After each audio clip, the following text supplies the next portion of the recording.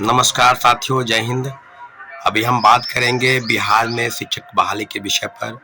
और दो तीन खास विषय हैं जिसकी चर्चा होना लाजमी है। तीसरे फेज की बहाली की प्रक्रिया में 15 और 16 मार्च को यानी 2024 को जो 5-6 दिन के बाद परीक्षाएं होने वाली है, सभी पर आपको पता है कि 1 to 5 से लेकर 6 to 8 यानी यही दोनों परीक्षाएं जो 15 मार्च को आयोजित होने वाली है, इसकी तिथि घोषित हुई थी और 9-10 की परीक्षा जो है वो रद्द कर दी गई, यानी 16 मार्च को होने वाली परीक्षा रद्द कर दी है।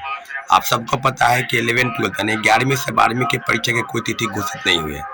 तो हम पूछना चाहते हैं बिहार सरकार से, बीपीएससी से, कि अगर आपको इतनी हड़बड़ी थी, आप परीक्षा लेना चाहते थे, तो फिर आपने 1 to 5 से लेकर 6 to 8 तक की परीक्षा के घोषित करके और फिर 9-10 11-12 की परीक्षा रद्द क्यों की? परीक्षा के संदर्भ में आपकी क्या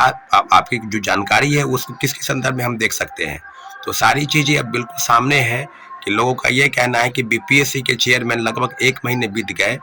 पूर्व चेयरमैन अतुल प्रसाद जी के सेवानिवृत्त होने के बाद अभी तक पद खाली है और माननीय मुख्यमंत्री जी अभी विदेश दौरे पर हैं। मुझे लगता है कि क्या बीपीएससी को क्या ऐसी ज़रूरत है, क्या बीपीएससी कौन से गंभीर चीज़ों से गुजर रही है? तो सारी चीज़ों पर अगर बात करेंगे तो इतना जरूर है कि शिक्षक बहाली के मुद्दे पर जिस प्रकार से हड़बड़ी दिखाई गई, सेकेंड फेज की बहाली और प्रथम फेज की बहाली यानी दूसरे फेज की बहाली और प्रथम फेज की बहाली, दोनों फेज में सीटेट फेल, एसटीटी फेल और कई फर्जी प्रमाण पत्र के आधार पर लोग बहाल हो गए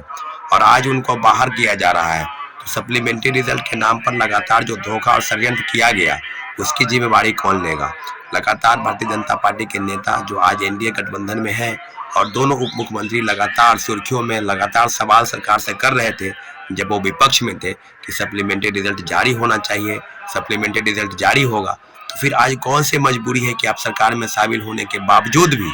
आप शिक्षक अभ्यर्थियों की समस्या का समाधान नहीं कर पा रहे हैं? और बीपीएससी जो बहाली प्रक्रिया निकाली है, उसको एक परीक्षा का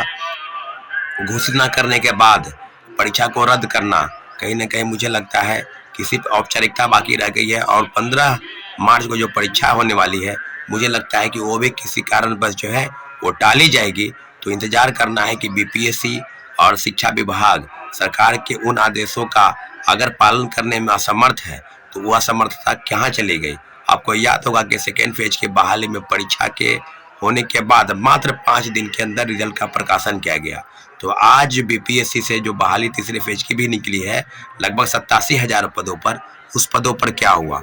तो साथियों, अब बिल्कुल स्पष्टता के साथ मैं यही कहना चाहता हूँ कि जिस तरह की बातें हो रही है, जिस तरह की चीज़ें साधना गंभीरता के साथ सवाल में है, उसके एक बिंदु पर हम आपके सामने हैं कि सरकार के समक्ष उन सारे बिंदुओं पर, चाहे टीआरई 1 से लेकर टीआरई 2 तक, सारे विषय बिल्कुल अब तर्कसंगत हो गए हैं और सप्लीमेंट्री रिजल्ट के नाम पर जो धोखा हुआ कई टीवी चैनलों के पत्रकारों द्वारा, इस विषय को लगातार उठाया जा रहा है और हम अपने अन्य साथियों के साथ एक बखूबी सप्लीमेंट्री रिजल्ट के मांग को लेकर जिस तरह की गंभीरता सरकार को दिखाई जानी चाहिए थी, आज तक वो विचार विमर्श में लगे हैं। और मुझे लगता है कि देश में जो आम चुनाव होने वाले हैं, तो सारी कवायद चाहे प्रशासन की हो चाहे सरकार की हो, वो चुनाव मोड में लग जाएगी। तो शिक्षक अभ्यर्थियों के साथ जो धोखा और षड्यंत्र हुआ है, कहीं ना कहीं उनका खामियाजा उनको आम चुनाव में भुगतना पड़ेगा। आने वाले समय में टीआरई 2 में जो पद खाली थे और लगभग 14,700 पदों पर सिर्फ मल्टीपल रिजल्ट को लेकर सप्लीमेंट्री रिजल्ट जारी करने चाहिए थे, परंतु बीपीएससी और शिक्षा विभाग ने